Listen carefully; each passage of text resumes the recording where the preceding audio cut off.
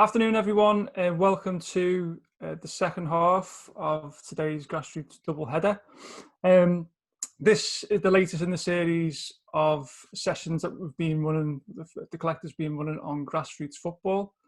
So today we've got a really interesting panel lined up to talk about grassroots football and the kind of wider issues around that from a few different kind of disciplines and angles. So on the panel we've got Simon, Paul and James. I'm going to give each of you a chance to introduce yourselves in a moment. Just to kind of say, you know, I've been kind of interested, and I know I've had conversations with Dan for, you know, at least a year around doing research into grassroots football, and I've just been really kind of pleased and surprised, to be honest, about the level of engagement that there's been in these sessions, and some of the, you know, the interesting ideas and, you know, kind of research agendas proposed looking at grassroots football. So I, from a kind of personal point of view, you know, both as a researcher and someone who cares about grassroots football, I think that's a real positive thing that I just wanted to point out. So kind of similar format we're going to follow. We'll have, I'll kind of ask a few questions to the panelists first and give them a chance to respond, and then we'll kind of open it out to the rest of the room. So I've seen Maggie's just joined as well. Hi, Maggie. So if I give each panelist, starting with James, so we'll go James, Paul, Simon, and Maggie. If you can just take a couple of minutes just to introduce yourselves, kind of, you know, your affiliation, what type of things you look at, and how does that relate to grassroots football? We'll start with you, James. Sure. Yeah. Dan, thanks. Well, both Dans. Really great to be part of this. I'm really delighted. I am James Reade. I'm the head of the Department of Economics at the University of Reading, which is what stopped us from doing much more interesting research on sport than I'd like to. But nonetheless, I do research in sport economics. I'm an economist more generally.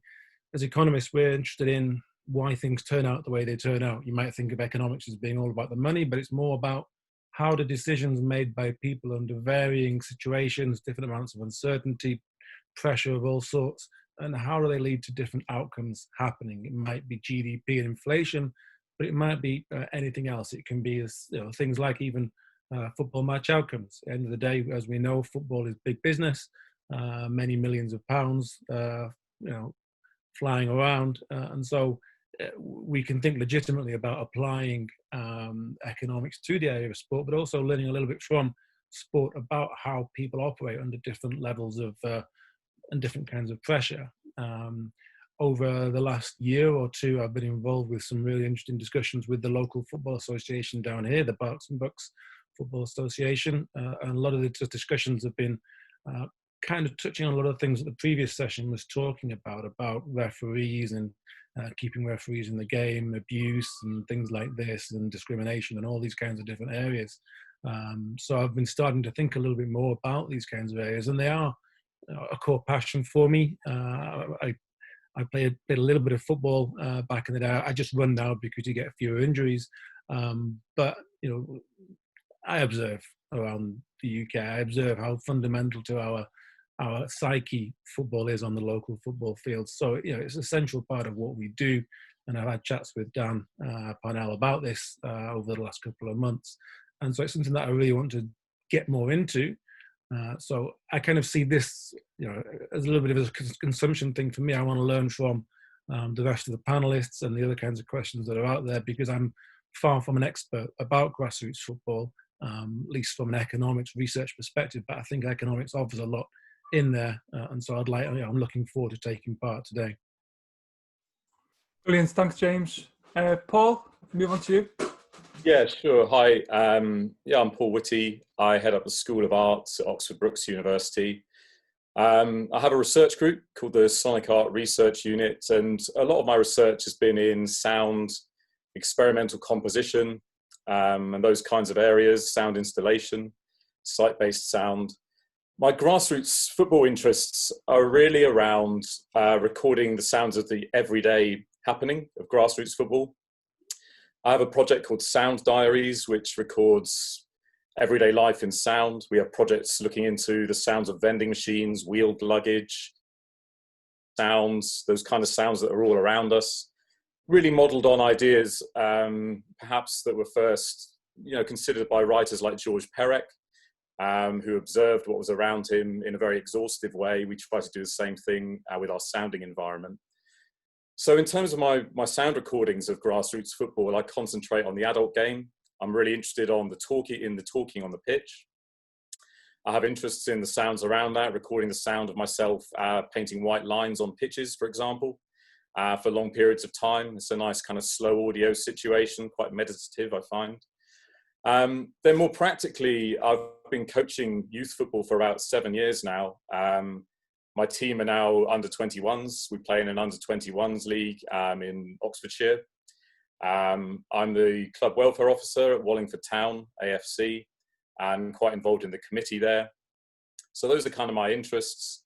Also in terms of kind of coaching, I've gone a certain way down the coaching pathway, and I'm currently dealing with my UEFA B homework, which I am very late with. The practical is okay, the homework less so. So I'm currently writing that up. I thought the lockdown would give me that opportunity, but not so far.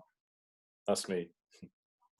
Thank you, Paul. It must be interesting for you at the moment watching the Bundesliga or seeing the Bundesliga behind closed doors, and obviously the different audio experience there without a crowd. Yeah, I've actually been making recordings of myself listening to that. So combining the sounds of tidying the kitchen with the empty Westfalen Stadium or whatever. Good stuff. Simon? Hi, everybody. Thank you very much again for the invitation. Really delighted to be on this very interdisciplinary sort of panel and discussion. It's really fascinating. So I come at the issue of grassroots football from the position as a scholar of diplomacy, talking about representation, communication and negotiation as the sort of triad, the troika of what diplomacy is really about. And in some senses, diplomacy is still the realm of the international diplomat, the embassy, the ambassador, jokes about Ferrero Rocher, etc., etc. But also diplomacy happens at a grassroots level, and particularly in the work I've done in the last almost decade now, since a very serendipitous role in the London 2012 Olympics in low cog, actually building out some of the grassroots sports diplomacy that enables people to talk to each other. Particularly one of the things that I've seen both as a sort of observation and focus of study, but also participating myself, I'm also on my way to some of my UEFA coaching licenses. So I'm sort of an ethnographic example of this in some senses, looking at how coaches construct and participate in diplomatic transactions, diplomatic practice across both regions within countries and across the bigger sort of expanse of different nations, which still dominate the diplomatic practice. But particularly, I'm also interested in how you take some of those really interesting local experiences of grassroots football and how they translate to some of the really big picture international organisation tools of diplomacy. So I often find myself, and I'm going to be guilty of it here, of referring back to the Sustainable Development Goals. That project that leads us to 2030, that has many admirable goals in my opinion, also many faults within them. But thinking about that practical application and going through the process that the Kazan Action Plan, something to Google if you're not familiar with, was able to take these highfalutin 17 diplomatic goals of the SDGs and attempt to put them into, and I think with varying degrees of success clearly, practical grassroots application. And I think given the omnipresence of football globally, there is something particular about the way that football happens in communities, is experienced as a cultural phenomena, as a physical form of exercise, but just part of society. That means you can take some of those grand goals of the SDGs and see them play out within the local football club that I contribute to here in London, and to other experiences, and particularly looking at that transnational experience. Where are the other points of connection? Maybe it's with Beds and Bucks football association, or it could be with the football association in Kenya, or one of the Kanifa organizations down in the South Pacific maybe. So I think understanding where those points of connection are is really something that distinguishes this contribution to grassroots football. I'll stop there. Thank you. Brilliant. Thanks, Sam. And I was interested to see, because obviously kind of familiar with your work. I know you look at sports diplomacy, so I was really interested to see how you're going to make the connection to grassroots football. So that sounds fascinating. Finally, Maggie, would you like to just kind of give a brief introduction about yourself and kind of how you're coming at this? Sure. So for me, it's a bit different. Well, first of all, hello, everyone. Hope everyone is safe and well. Thank you all for the opportunity to be here. For me, it's just a bit different. I'm currently a FIFA USSF agent here in America, from New York City to be exact. Spent a lot of time between America and the UK. And for me, it's been quite the transition. And of course, with COVID, with everything that's going on, from a grassroots side, as an agent, it's part of my job to, scope out talent and, seeing what's happening, of course, with COVID. It has affected grassroots, especially even here in America, from the Federation deciding to cancel a lot of the development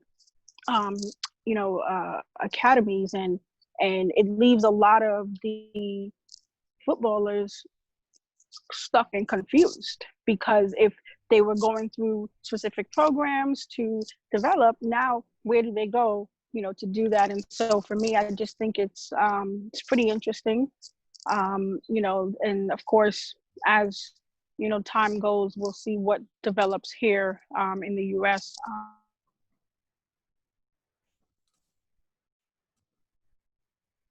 The UK, are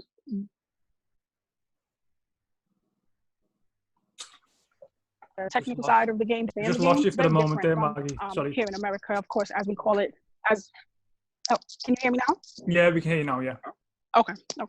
Right, I was just saying that, in the UK, it's a lot different, of course, from a grassroots side. And for me, it's really just paying attention to the current events and what's going on, and kind of seeing, what's going to happen. Because of course, when we look at COVID and this pandemic, and as far as funding and how does that affect, the grassroots program, it's really something for me as an agent to just keep an eye out on that and see what develops from there. Brilliant. Fantastic.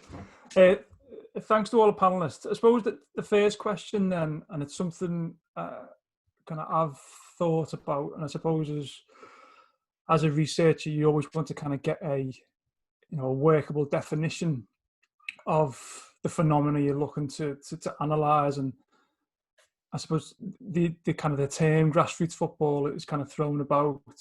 So my first question would be kind of, and Maggie, you touched on this then, in terms of the differences between the UK and the US, is just on a kind of what the actual phrase grassroots football means to you, and can we kind of put some kind of boundaries on that as a label? Where does the grassroots begin and finish, and how might that kind of help us prioritize where we focus our efforts, in the context of the pandemic, but just kind of generally in terms of resources? Is there a kind of a true heart of grassroots football, and does that mean that's where we should kind of focus resources and efforts? So if we start with James first of all. Sure. Yeah. I guess it's an interesting question, because when I've been having these chats with the Bucks and Bucks FA, they've got a particular definition of what they see grassroots football as, and they're in grassroots football. So it's a bit rich of me to say, here's what my idea of grassroots football is. But I kind of do see it as being essentially, I actually live in Didcot rather than Reading, and Didcot town I almost see as kind of getting that way. I mean, maybe they're top team isn't, but they've got a bunch of youth sides playing in the area and all this kind of stuff going on. And I kind of see all that as grassroots football. One of the things I'm looking at with the Berks and Bucks Football Association is the respect scores that are submitted, some to them, some to the FA as a whole. I mean, there's a whole mess, or unique ecology, I guess you might call it, of grassroots football. But they've given me a data set of thousands and thousands of matches that have taken place just since December, in the area, and that's an incredible amount of action taking place. And I think it's hard to really think what the heart of that would be. I mean, I guess for everybody, the heart of it is probably, roughly speaking, where they fit in. So in a year's time, my kids will be playing in these leagues probably, and so those age ranges will be where I see the heart of it. Yeah. But yeah, I kind of see it as one kind of massive, just a mass. Yeah, just kind of like a nebulous blob of different things happening. Yeah, because you got the elite, and you're going down, and the further down you get, it's the pyramid, right? So the bottom is just massive, I guess. So not really a very tight definition, but a definition. Yeah.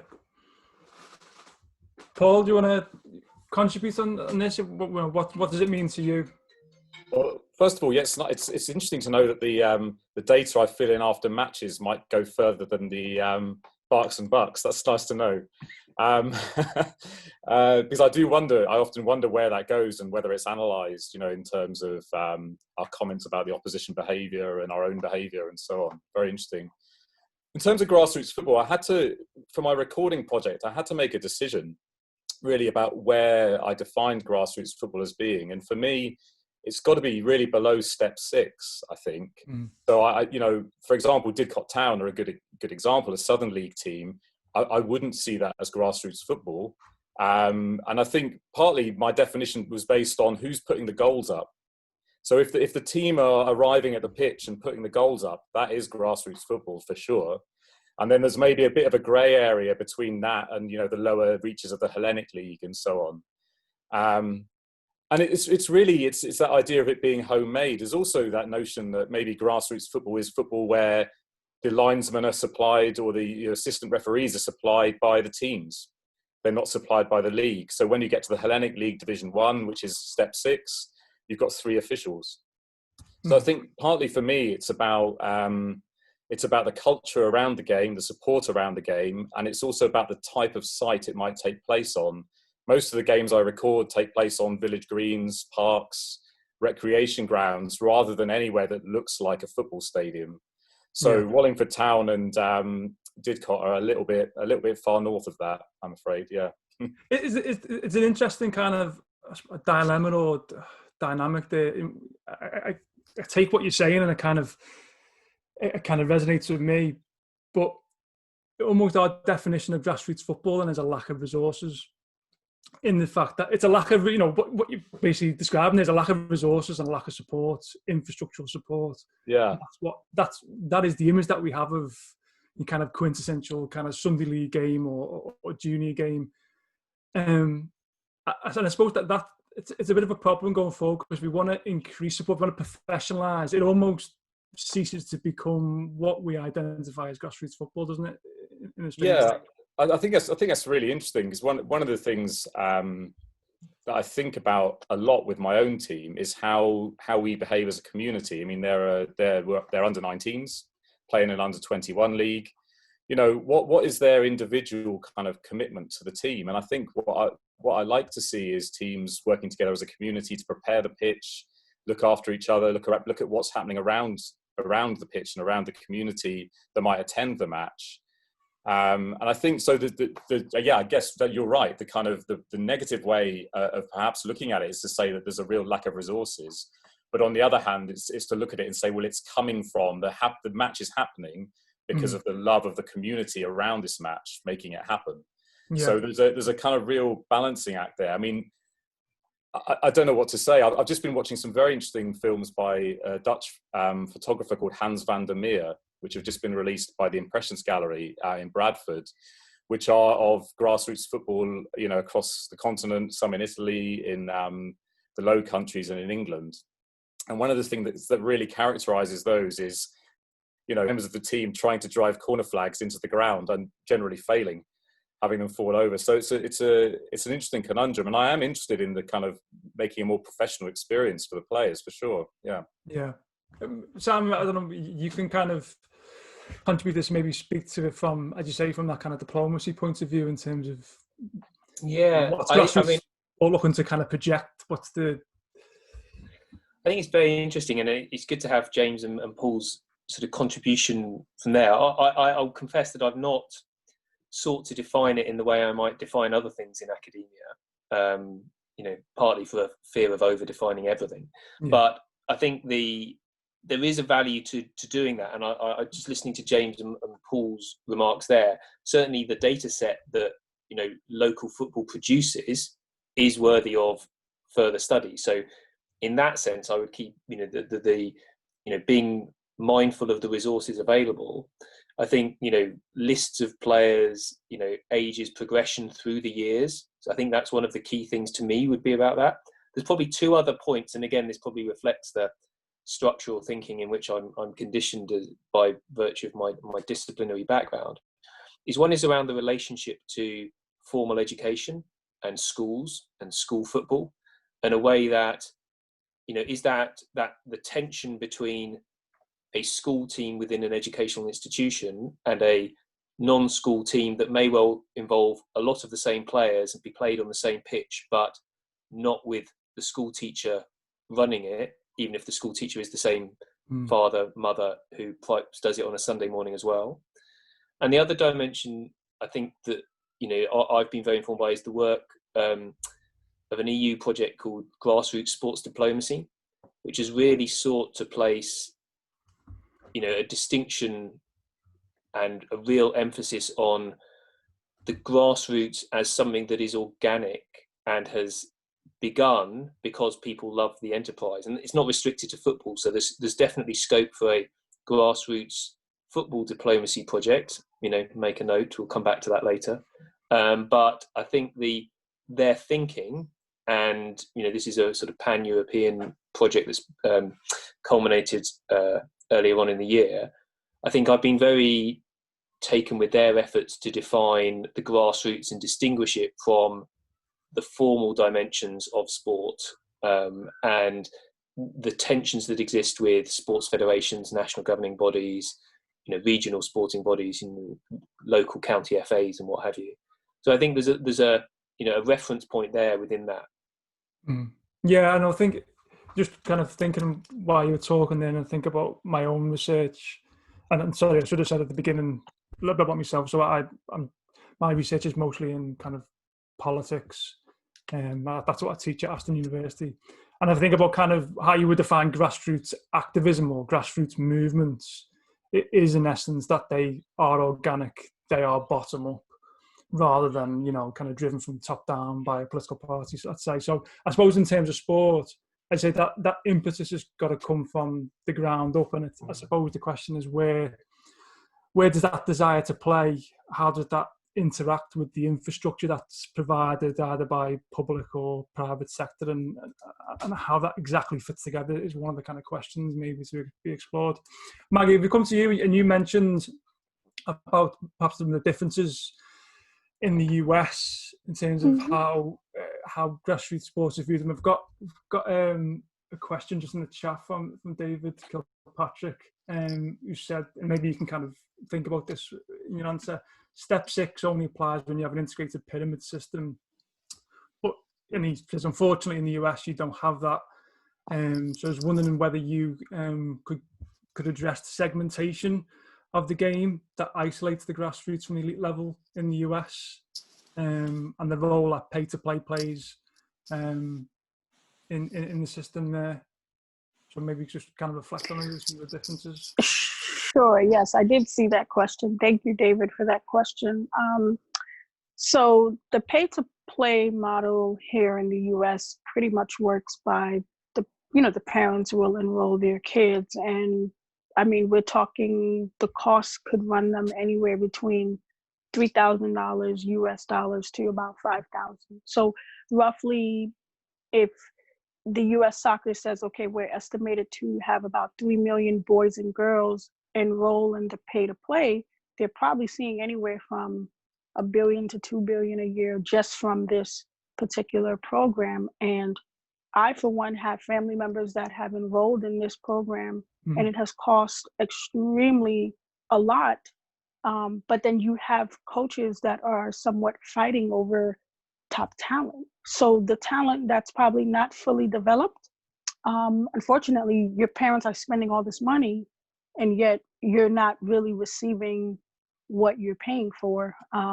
And so it has been a big issue here, and especially with the recent events of the Federation deciding to cancel development leagues because now they're working with the MLS, and MLS is saying, well, Major League Soccer, for those that don't know, are saying, okay, now we want to create our own development programs through each club, which probably should have happened from the very beginning.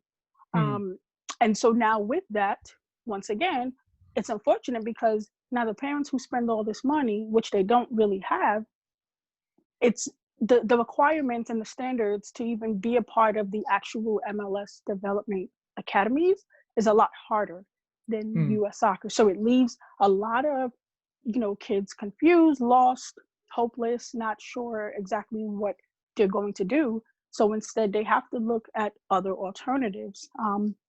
One of the things I noticed in the US here that works pretty well, especially within New York City, is the non-leagues. So the non-leagues are providing those opportunities for the kids that obviously their parents can't afford to put them through the pay-to-play program. And if you ask me, it's something that I feel like it should just be eliminated altogether. So what kind of age ranges are we talking there? So the age, excuse me, the age range, usually it's from like starting as early as young as like 8 years old. For most of the leagues here, they'll start as young as 8. And then, I would say on average, you're probably getting more kids starting at the age of like 12, maybe roughly.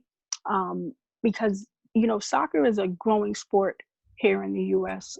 It's very different from the UK. When you look at the UK and you see most kids, that's, they could be as young as 2 years old. I have family from, London, and they could be as young as 2 years old saying, okay, I want to play, versus here in America, you have other sports that are a lot more popular, obviously, like basketball and American football.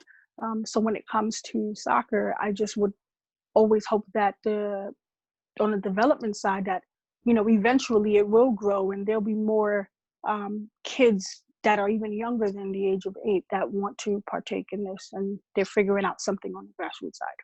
Yeah, so it seems that obviously the model is just completely different. You have got, a fully privatized model, which is run as a business enterprise. And I know I've got a couple of friends who moved to the States to become full-time coaches, who would never have had the opportunity to be a coach, as their full-time job here in the UK. I think because, as you say, these kind of pay-as-you-play kind of development schools that were set up. Absolutely. And it's one of the things I'm interested in is exploring whether the UK or perhaps England more specifically kind of converging on that model.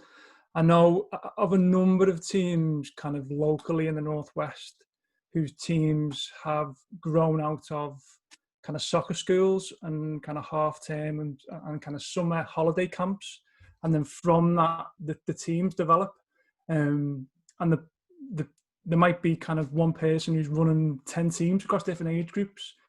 And that might not be their full-time income, but they are taking a profit out of those teams and out of those subscriptions, which is, it seems kind of antithetical to the kind of what we would normally see as kind of grassroots football in the UK. So I'm just kind of wondering whether other people have kind of come across that, this kind of more profit-driven type of football emerging in the UK or elsewhere.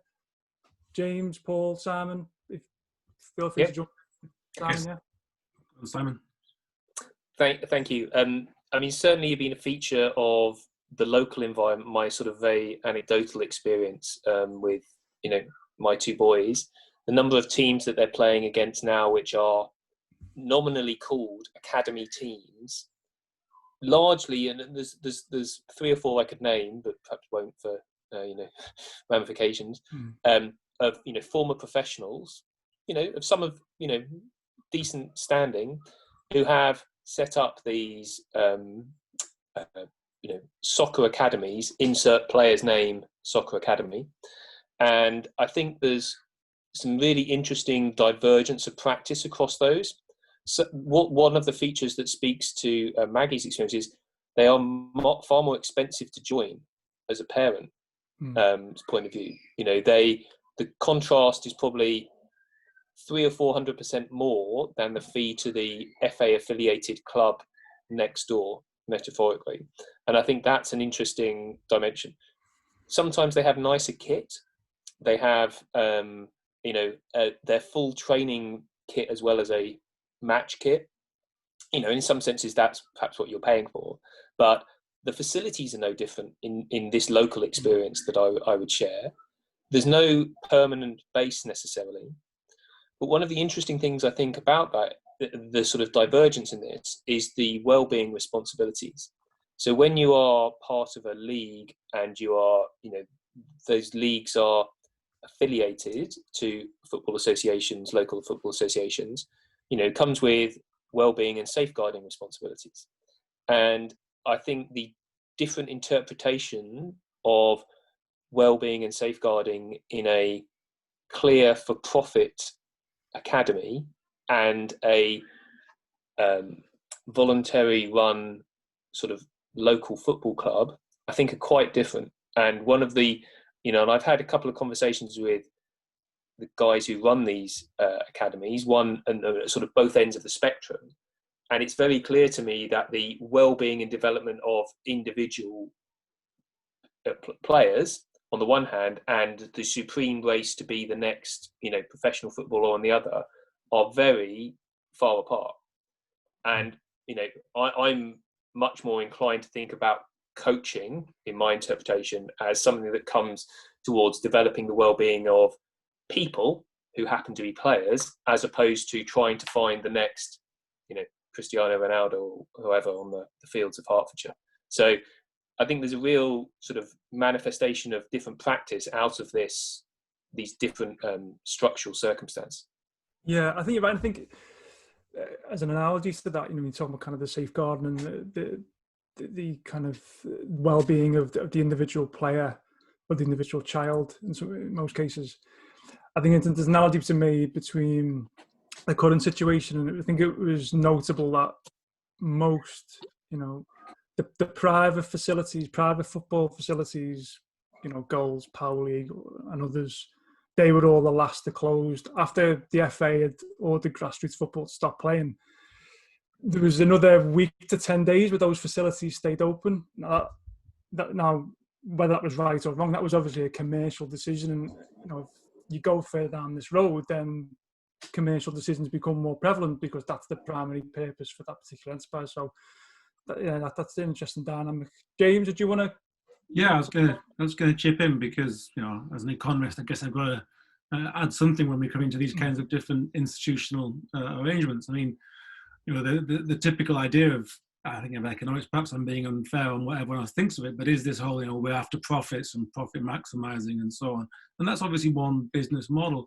And it's really, it's very much a private costs, private benefits kind of thing. The distinction with sport, which is why, we've talked a lot already about the voluntary nature of it, is that there's such a social side of it as well, though. There's massive social benefits, of the kind of ecology that we have in the UK with football, such that, with these kinds of levels of social costs, social benefits, because there are social costs as well, and we've covered, these have been covered today from the stuff that I've been listening to about, the abuse that goes on and so on.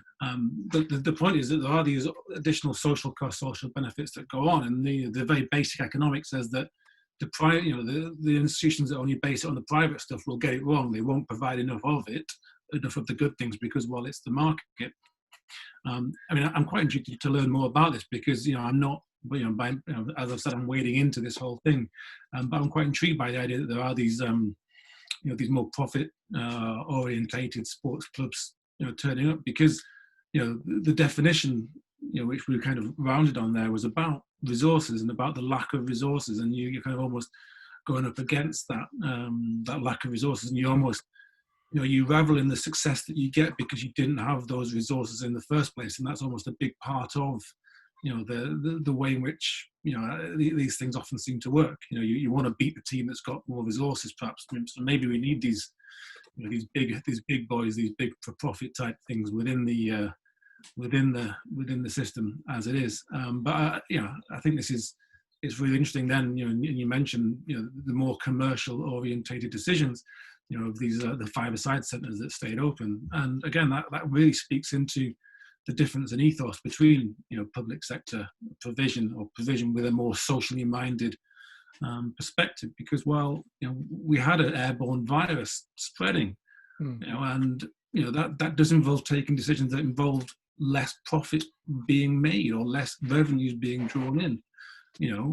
Many places shut down. University campuses, I'm sure we're all familiar with, had to close down. Many millions of pounds lost because students aren't staying in halls, aren't buying things on the campus, and so on. But if you don't factor that into account, then you end up carrying on with obvious potential consequences on the social side, spread of the virus.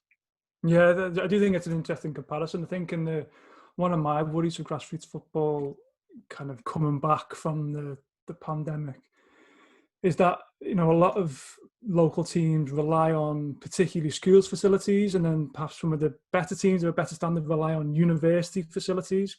Generally, university facilities are some of the best, and there might be decisions taken there by schools and maybe universities. If they're not fully open, I don't see how they can allow grassroots football teams to continue to rent and hire their facilities out. So I think that's another added dimension, or the difficulty of kind of returning to some kind of normality, given what might happen in schools and, as you say, kind of university campuses. I'm conscious that we're kind of time getting on, so I want to kind of open the discussion out to questions. People can either just kind of unmute the mic and ask a question, and maybe direct it at a particular panel member, or via the chat.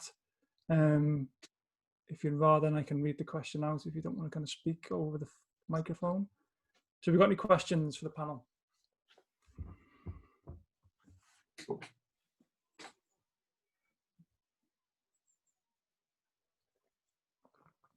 Oh yeah, we did have a question. Sorry, yeah, it's Chris, isn't it? You did notify me before, yeah. So go ahead, Chris. Hi there. Good afternoon to you all. What we do is we're a community football team. So basically, we're a charity football team. We're a bunch of guys who are aged between 16 and 65-year-old, and we go around the country raising funds and awareness for different good causes. I'm obviously mindful that everything that you've spoken about is grassroots, but with our setup, we're not part of a league at all, because all we do is we're just playing for inclusion. So the idea is that our players have a physical fitness about them, they have a mental well-being about them, and obviously we're raising money for our local communities at the same time. And I just wondered whether any of the panelists have ever experienced a football team or had any interest. And I was listening to James. I'm interested in the economy surrounding what we do. I was listening to Simon. We have the Wales and Wellbeing Act here, so we have the 7 goals of sustainability. And I was also listening to what Paul was saying too about the village park. The sounds of the village park and the small grounds. So there's 3 really interesting topics there that I've got an interest in personally. So, like I say, I was just wondering if any of you had any experience of, I can't even say we're grassroots. Could I say that we're a roots team? But if anyone can have an opinion on it, that'd be good. Who would like to start? Simon, do you want to speak? Yeah, I think the different compositions of grassroots, and I use that in its broader sense, I think the different compositions of clubs, almost clubs and teams in one sense, levels of care around inclusion, on any, gender, race, ethnicity, age. All of these are, dimensions which allow for, I think, reconfiguration and rethinking of, that pyramid. And it looks a lot less, stable. The foundations, in some senses, is a lot more diffuse than, the logic of playing for a local football association team, being picked up, moving to a county level, moving to a, professional club. I think that is increasingly anachronistic to people's experiences of football. It might be what people aspire to in some senses, and it might be, what the Football Association at Wembley think is happening. But I think the diversity of experience for, the young people who are involved in football, for the entourage, the parents and referees and coaches who contribute to local football, grassroots football, I do think we need to, reconfigure that line of thinking, and what does it mean to be part of, it's not just the 90 minutes or 25 minutes or 30 minutes, whatever the length of the game. It's about the social environment and the culture in which that, physical activity takes place. How are those fixtures being arranged? Who's the secretary, dimension? How's that being played out? Who's running the little pop-up cafe, coffees on the side of the pitch or what have you? I think in each of those dimensions, there's something distinct about the accessibility to those, those opportunities. And I think we've got more opportunity moving forward to explore those. And, this conversation, if nothing else, is making me think about, what does it mean to be part of a community who want to have a footballing experience? And, there are many ways to go about that. Maybe it's just a, pick-up game at 4:00 on a Friday, rather than being part of a league on 11 o'clock on a Sunday morning, for example. Other thoughts? Yeah, it was interesting. And it kind of struck me as well that, one of the debates around the kind of consequences of COVID-19 might be, and there was already discussions about this beforehand, was about kind of this idea of a kind of new localism, and a refocus, and maybe these debates obviously are cyclical. They come round, big society and everything is kind of being and past, but there does seem to be an impetus or a need to kind of reinvest in community, and obviously sport plays a fundamental role in forming communities and sustaining communities. So I think, and doing that in an inclusive way is obviously very important. Paul, did you want to say something? Yeah, just a couple of very quick things, really. One is that the team that I coach, the youth team I coach, we started off with spectacular lack of success in a conventional way. I mean, absolutely, extraordinary defeats, numbers that I never thought I'd see on a football scoreboard. And because of that, I think I ended up realizing that I couldn't achieve conventional success with this group of players. So what I needed to do was actually think about the other things around the game, the well-being, how we felt about each other, how we worked with each other and worked with the community. So in a way, that was a kind of a really harsh lesson in the fact that the most important things about that kind of Sunday morning activity for those boys, it was not about how many goals they scored.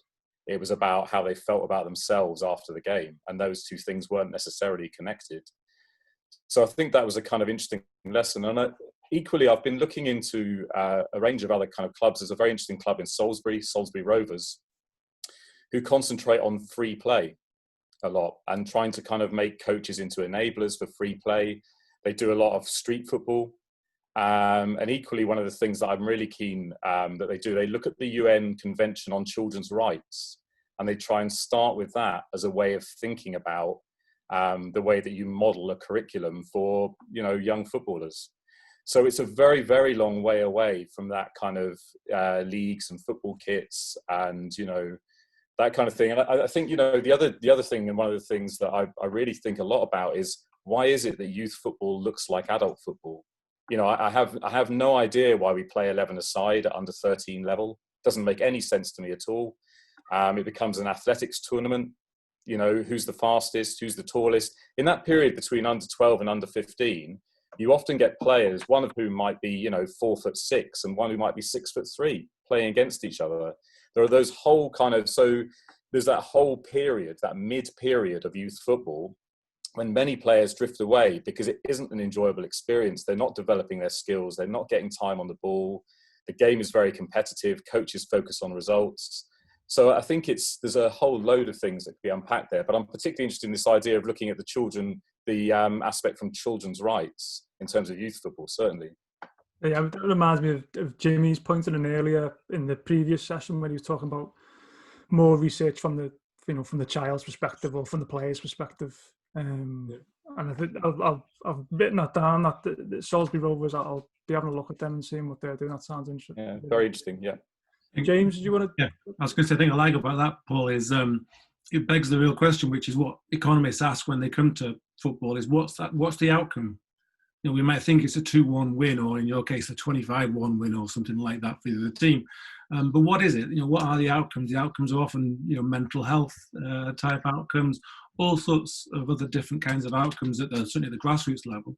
And you know, arguably, it must still be the case at the elite level as well. You know, thankfully, there's a much more of a focus now on mental health issues at the top of the game, which is, you know, a fantastic development. But equally, you know, there are all sorts of other outcomes. And to go back to your question, to the original question, you know, this is something that's really interesting from an economic perspective, of course, is what's the impact of a football club on its local area? You know, we can think about it as, you know, as I am doing at the University of Reading with Reading Football Club, because they're interested in what their imprint is on the local area. It's from things like the local B&Q by the stadium gets no one coming in on a match day, but everyone comes in the next day, versus a McDonald's gets everyone the day of a match day. All these kinds of really trivial things, but they all matter.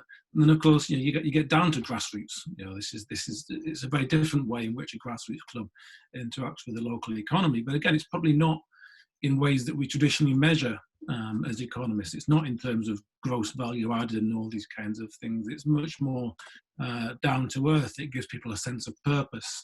It gives people something to do, and you know, it probably does support aspects of the local economy. The local decathlon or sports direct or whatever it is gets some benefit from, you know, lots of sports clubs being in the area, and kind of it's a two-way thing as well, of course, because when Reading have been successful, the local economy has done better as a result. When the team was in the Premier League, we at the university got more applications, for example.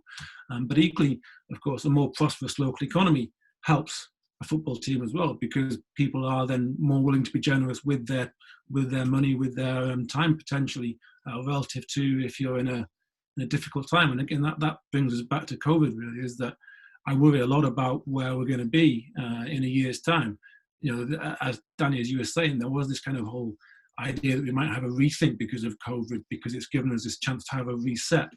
I'd love it if that definitely happened, but I know 10 years of this government, and I'm a bit more sceptical, you know, and the way in which things have worked out over the last few days in terms of it's one rule for them and one for the rest of us really does, you know, make me worry that we are going to see austerity again, you know, times by however many times it needs to be, given the size of the deficit currently relative to what it was in 2010. So I think, you know, these kinds of discussions are all the more important, so that we can try and form some coherent idea of what grassroots football is and what we need to be thinking about proposing that needs to happen. Because we need, you know, we really do need this ecology to stay in place.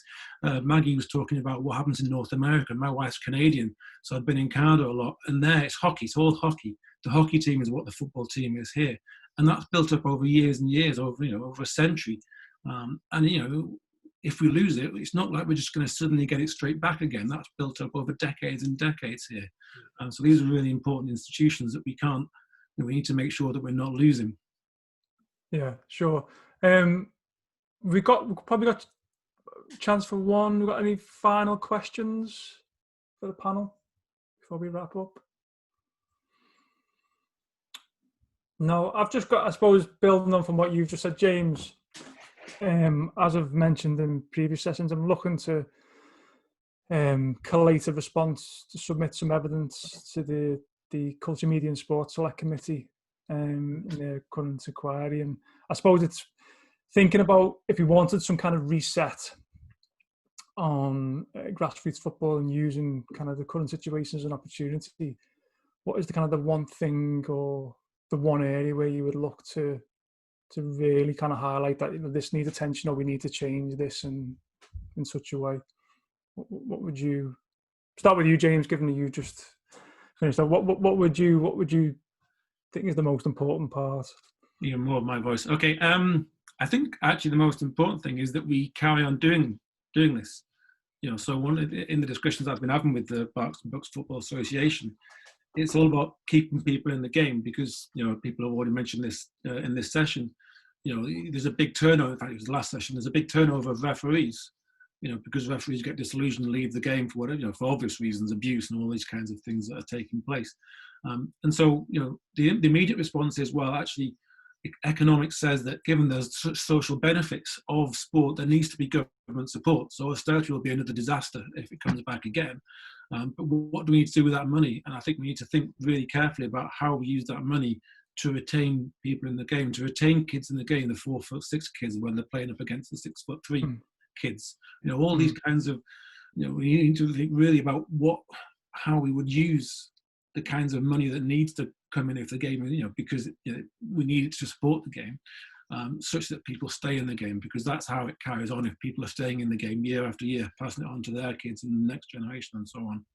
So somehow we need to think about how we do protect the referees subject to violence on the field. We do need to think about how to encourage those kids, you know, different numbers of players on the team, for example, as you were saying, Paul, and all these kinds of different measures. And that really, for me, involves why I wanted to get into grassroots research, is asking these questions, using all that data that exists. And I know this is away from the numbers, but I'm a data man, and so I love thinking about how we can make use of all that data, because it does exist, and we can start to say things about how do kids better develop, how do kids stay in the game, how do referees stay in the game, and so on, by looking at what's happened in the past and where people have done things really well and learning from those ones and trying not to do the situations where things have turned out badly.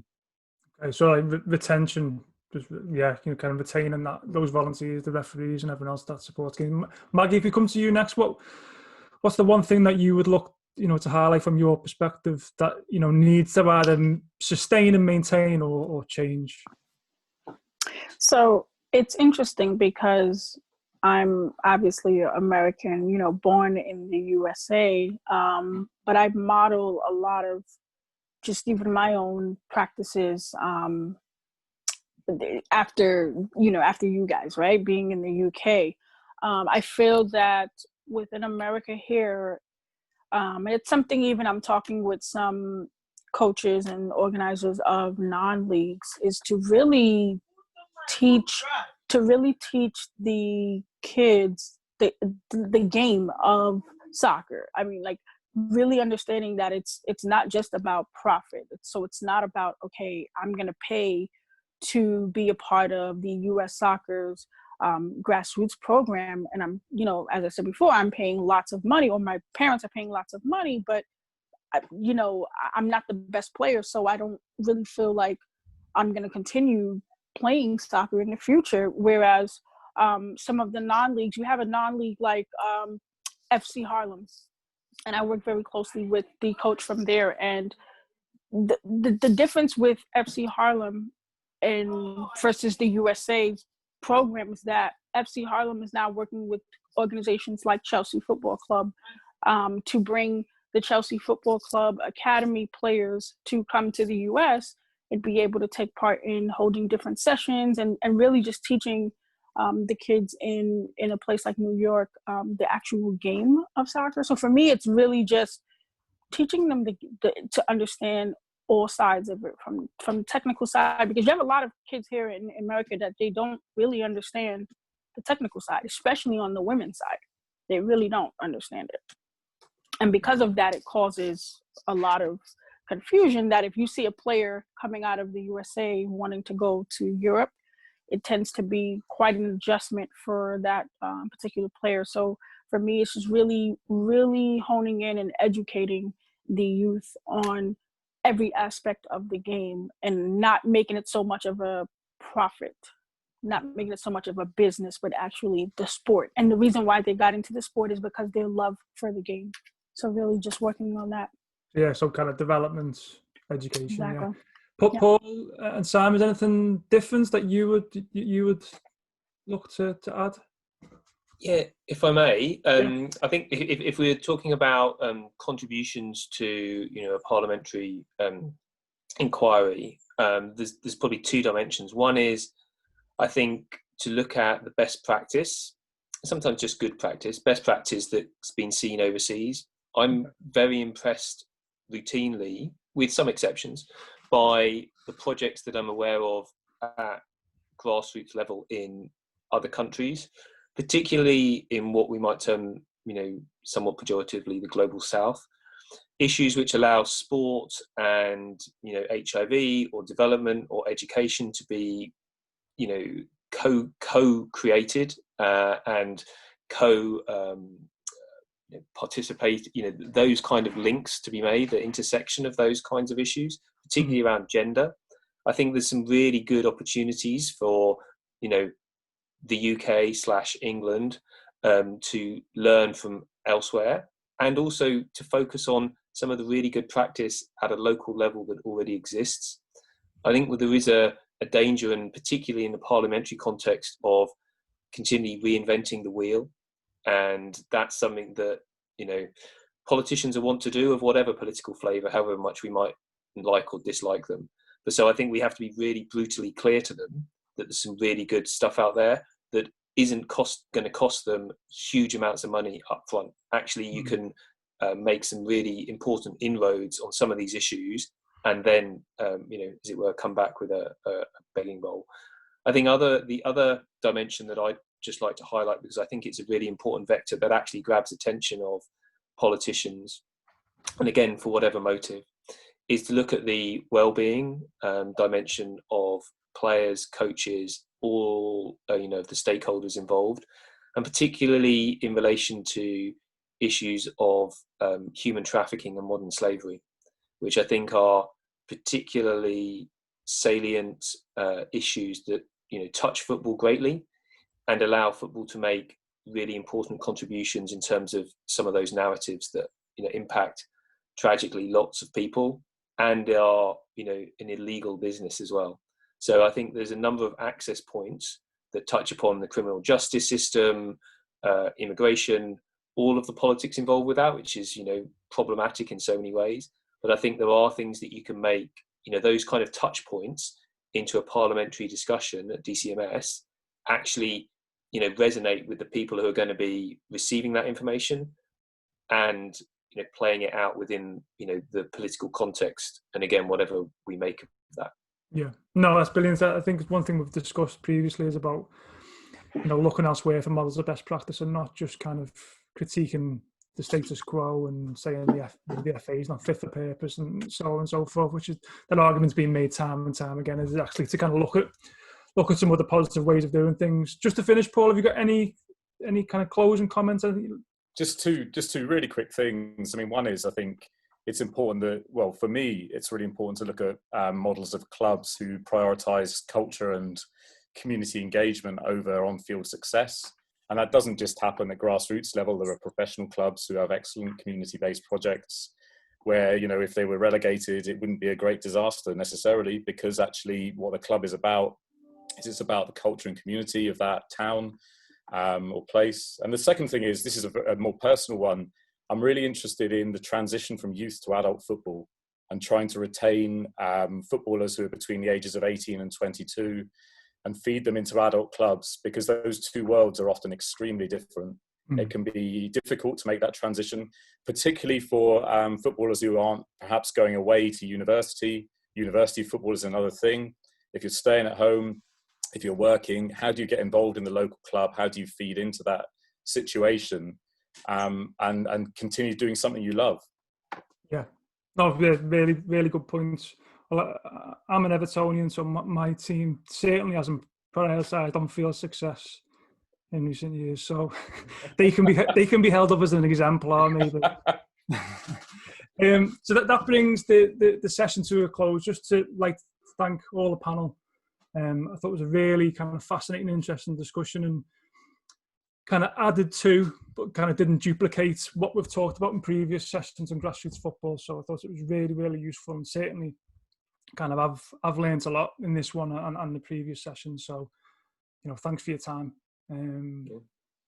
Thank you for Thank organising it you. all. Thank you guys. Yes. Really Thank you great guys work. so much.